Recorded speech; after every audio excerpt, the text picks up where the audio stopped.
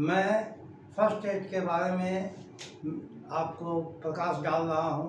पिछले एपिसोड में मैंने फर्स्ट एड की महत्व और उपयोगिता पर प्रकाश डाला था। आज मैं आप लोगों को इसलिए विशेष जानकारी दे रहा हूँ कि यह वीडियो मुख्यतः पुलिस, आर्मी एवं रेलवे के कर्मचारियों को कंपलसरी सब्जेक्ट के रूप में पढ़ाया जाता है, जिससे इस एपिसोड के द्वारा उन्हें मार्गदर्शन मिल पाएगा।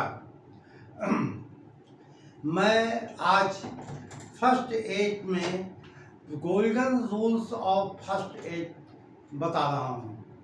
Golden rules of first aid में मुख्यतः 7 पॉइंट होते हैं, जिसकी उपयोगिता प्राथमिक उपचारकर्ता के लिए आवश्यक होता है। पहला नियम है कि दुर्घटनाग्रस्त व्यक्ति या आकस्मिक रूप से बीमार पड़े व्यक्ति के पास अति शीघ्रतापूर्वक पहुंचा जाए।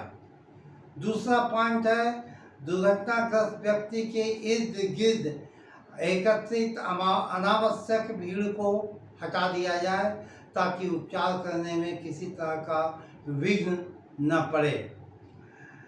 घायल व्यक्ति की स्थिति का सावधानीपूर्वक निरीक्षण करेंगे, उस अनुरूप उसे उपचार देंगे। प्रथमतः उसके श्वसन क्रिया की जांच करेंगे। रेस्पिरेशन, जो कि शरीर का एक मुख्य क्रिया है, अगर वह श्वास ठीक से न ले रहा हो, वैसी स्थिति में उसके नाक मुंह में लगे हुए झाग और गंदगी को साफ कर देंगे। उस पर भी वह श्वास ठीक से न ले रहा हो, वैसी स्थिति में उसे कृत्रिम श्वास दिया जाएगा। आर्टिफिशियल रेस्पिरेशन का जानकारी आपको अगले सब चैप्टर में दी जाएगी। जैसा शरीर के किसी भाग से अगर अत्यधिक ब्लीडिंग हो रहा हो, रक्तस्राव ज़्यादा होने पर शरीर की स्थिति बिगड़ जाती है। इसलिए रक्तस्राव को रोकने के लिए वे जिस स्थान से रक्तस्राव हो रहा हो वहाँ पर कसकर पट्टी बांध देंगे। अगर उस पर भी रक्तस्राव न रुक रहा हो तो उस अंग से संबंधित प्रेशर पॉइंट पर दबाव डालकर ब्लीडिंग को रोका जाएगा।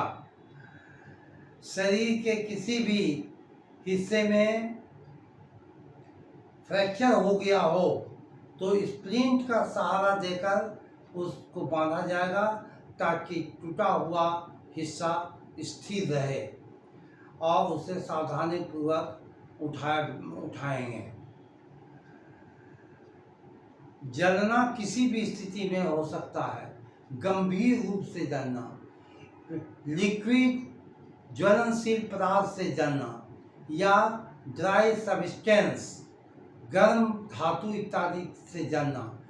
उस स्थिति में जले हुए व्यक्ति के अंग को खुली हाथ से नहीं छुएंगे और उस पर साफ कपड़ा से ढक देंगे और आवश्यकता अनुसार एंटी सेप्टिक लोशन उस जले हुए अंग पर लगाएंगे और उसे सावधानीपूर्वक अस्पताल ले जाएंगे। अगर वैसी स्थिति में अगर शरीर के उस हिस्सा से बहुत ज़्यादा अगर जल निकल रहा हो, इसमें प्लाज्मा का हिस्सा होता है, वैसी स्थिति में जले हुए व्यक्ति को लिक्विड पिलाया जाएगा। प्राथमिक उपचार देने वाले व्यक्ति को कभी नर्वस नहीं होना चाहिए। उसे धैर्य के साथ में उपचार करना चाहिए और अब ज़रूरत पड़ने पर सब नज़दीक के अस्पताल में अति शीघ्रतापूर्वक ले जाना चाहिए ताकि उसका उपचार ठीक से हो सके। और इति आइए आपको मैंने गोल्डन रूल्स के बारे में बतलाया और अगले चैप्टर में मैं सभी विषयों पर विस्तृत जानकारी आपको दूंगा, जैसे ब्लीडिंग होने पर pressure point, respiration system, poisoning इत्यादि की जानकारी विस्तृत रूप से उस चैप्टर में दिया जाएगा। और मैं आज आप लोगों के समक्ष संक्षेप में इसकी जानकारी दे रहा हूँ। विस्तृत जानकारी आपको अगले एपिसोड में दी जाएगी। नमस्कार।